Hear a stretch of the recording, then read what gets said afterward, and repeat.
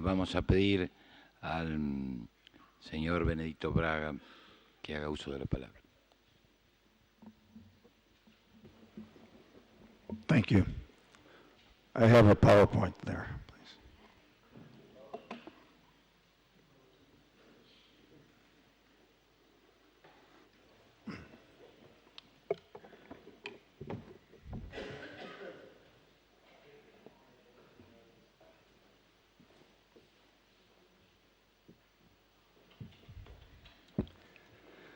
Your Eminences, distinguished delegates, ladies and gentlemen, I'm very honored to be with you today, and on behalf of the World Water Council, I would like to thank the Pontifical Academy of Social Sciences and the Catedral del Diálogo de la Cultura del Encontro for this kind invitation. I would also like to express the recognition of the World Water Council on the theme of this week's seminar, the human right to water. This is a fundamental tenet for socio-economic development and the well-being for all. It has also been long championed endeavor for many, and including the World Water Council.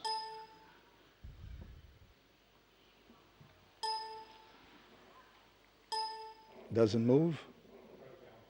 Down? All right, thank you.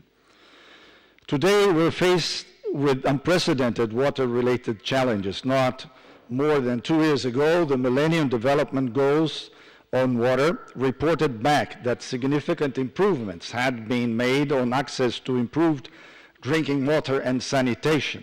This is good news, but there remains much work to be done. Today, there are still hundreds of millions of people without access to improved, safe drinking water, and 2.4 billion people without access to basic sanitation. Indeed, the recognition of the human right to water and sanitation in 2010 by the UN General Assembly certainly highlighted the urgency of the matter by stating that the right to water and sanitation is a human right that stands on equal footing with any other human right, social, economic, political, or civil. By making such pledge, water is recognized as a means for freedom, defending the dignity of every person and oriented towards the common good. But let me ask you two important questions. Are we living up to our responsibilities in these unpredictable times? Beyond the moral imperative, what can be the strategic, social, economic imperatives driving such commitment into obligations in a time of global changes, including climate change? Today, most of the reasons world leaders and climate change communities cite as to why we should be concerned with the climate change deal with the impact of water events such as sea level rise, floods, droughts, tsunamis, and more. At the same time, little effort is spent on investing in measures to deal directly with such events, measures well known to the community. This raises a significant ethical public policy issue. Are we raising fears and anxieties over impacts of projected changes in climate while inadvertently denying means to cope with these impacts? The climate change debate is adding more uncertainty to water managers' task, as there is little specificity of the time and place of events. Until more specificity is achieved, our political and social system responses will seek to invest in more resiliency, redundancy, and higher levels of risk protection and maximum flexibility. I would like to focus my message on the absolute necessity of building water security for the common welfare. By securing water, people will have the hope and higher chance to live free of poverty, to be more resilient from risks of droughts and floods that plague us today, and those that will become more frequent and intense in the future, to live with more dignity and with more opportunity to realize their best potential. Achieving water security, however, is not going to be a simple road.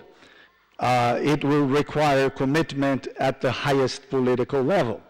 The water crisis is not just a threat per se, but a threat multiplier.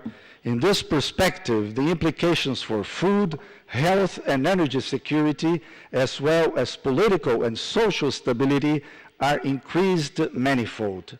By 2050, over 50% of the global population may be living under water stress, and 45% of the world GDP may originate in water-stressed regions.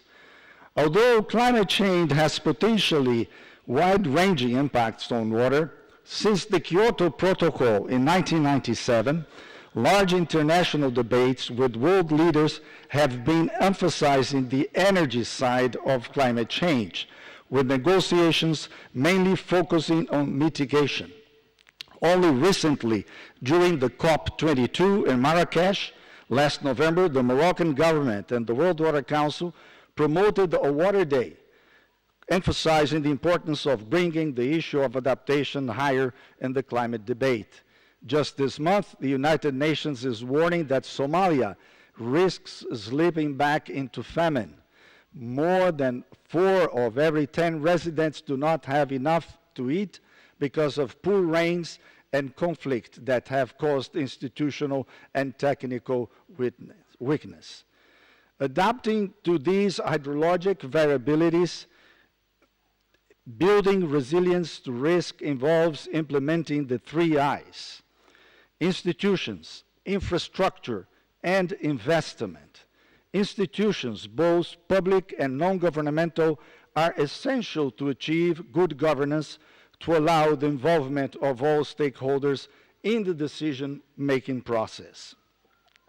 Infrastructure must enable us to dramatically increase our development potential, as well as providing a buffer against variability. Investment from not only a financial point of view, but commitment from political perspective is essential to achieve positive change. This chart presents the world's river basins with a population over 2 million, colored according to GDP per capita of the population in the basin. The horizontal axis shows the hydrologic variability in terms of coefficient of variation. The vertical axis is a composite indicator of investment in infrastructure and institutional capacity. The colored contours translate the association between hydrologic variability, water security investments, and GDP. You can see high-income countries have reduced their risks and increased their security and income by investing in the augmentation of water storage. Water connects society, economy, and environment. It is imperative that politicians and leaders at all levels see water as a resource for a viable path towards growth, prosperity, and dignity for all.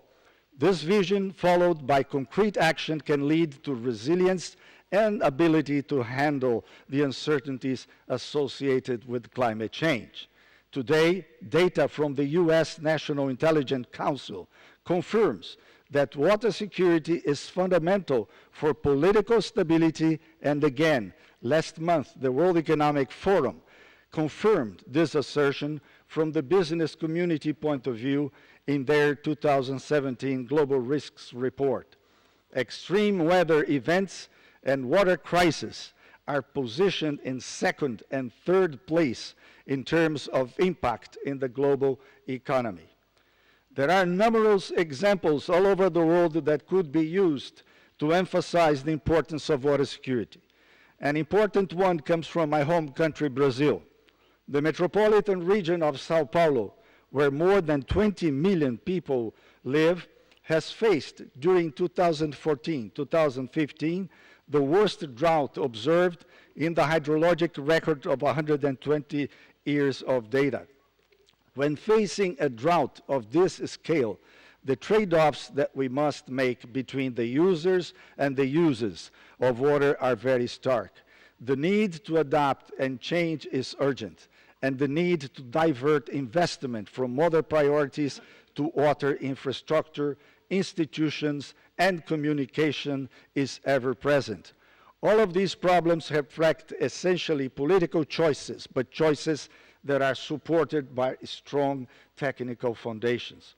At the same time, a crisis like this was an opportunity to improve public perspectives on water, a chance to introduce reform processes that might otherwise not progress, and a chance to invest in more resilient infrastructure that positioned the region in a more comfortable position in the event of adverse climatic conditions in the future. However, one of the greatest learnings from São Paulo is my strong belief that both demand management and infrastructure development were essential in solving that major challenge. One of the most salient examples that infrastructure development pays off is the New Deal that pushed the United States out of economic depression in the 1930s. The creation of the Tennessee Valley Authority in the Tennessee River Basin, with its set of multi-purpose reservoirs for hydropower generation, navigation, and flood control, allowed that economically deprived region to reach in one generation the quality of life of the most developed states of the American Federation. Massive investments will be needed if governments are to deliver the aspirational sustainable development goals adopted by the United Nations last September. For example, it is estimated that 650 billion US dollars of annual investment is required from now to 2030 to ensure the infrastructure necessary to achieve water security. The World Water Council strives to work actively on this topic at all levels.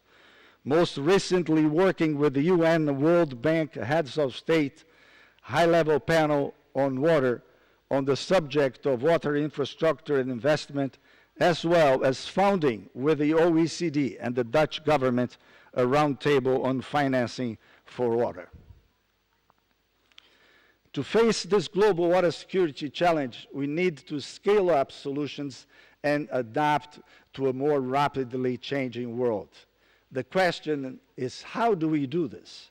I believe that we must start by viewing water as a truly shared responsibility.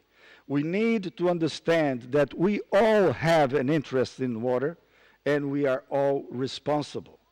We urgently need to find ways of realizing this shared responsibility by involving all stakeholders, including not only governments, but the whole civil society community.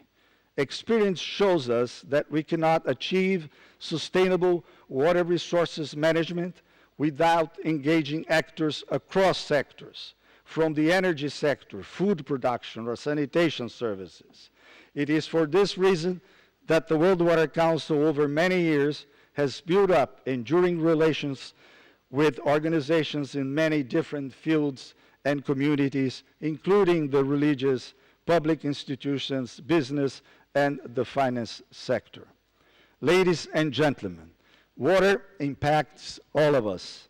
As a result, it is a complex business that must be viewed through the water supply, energy, transport, food, flood, and drought lenses.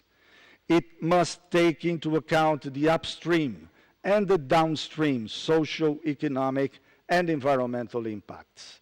As with any intervention in the natural environment, these are choices to be made, each with impacts that are both positive and negative, and with costs and benefits. I believe that this is the moment where we must reach beyond sectoral interests to act in collaboration to secure and sustain our social, economic, and environmental well-being and prosperity in the long term. By working together, I am convinced that we can make a real difference. Thank you very much. Thank you.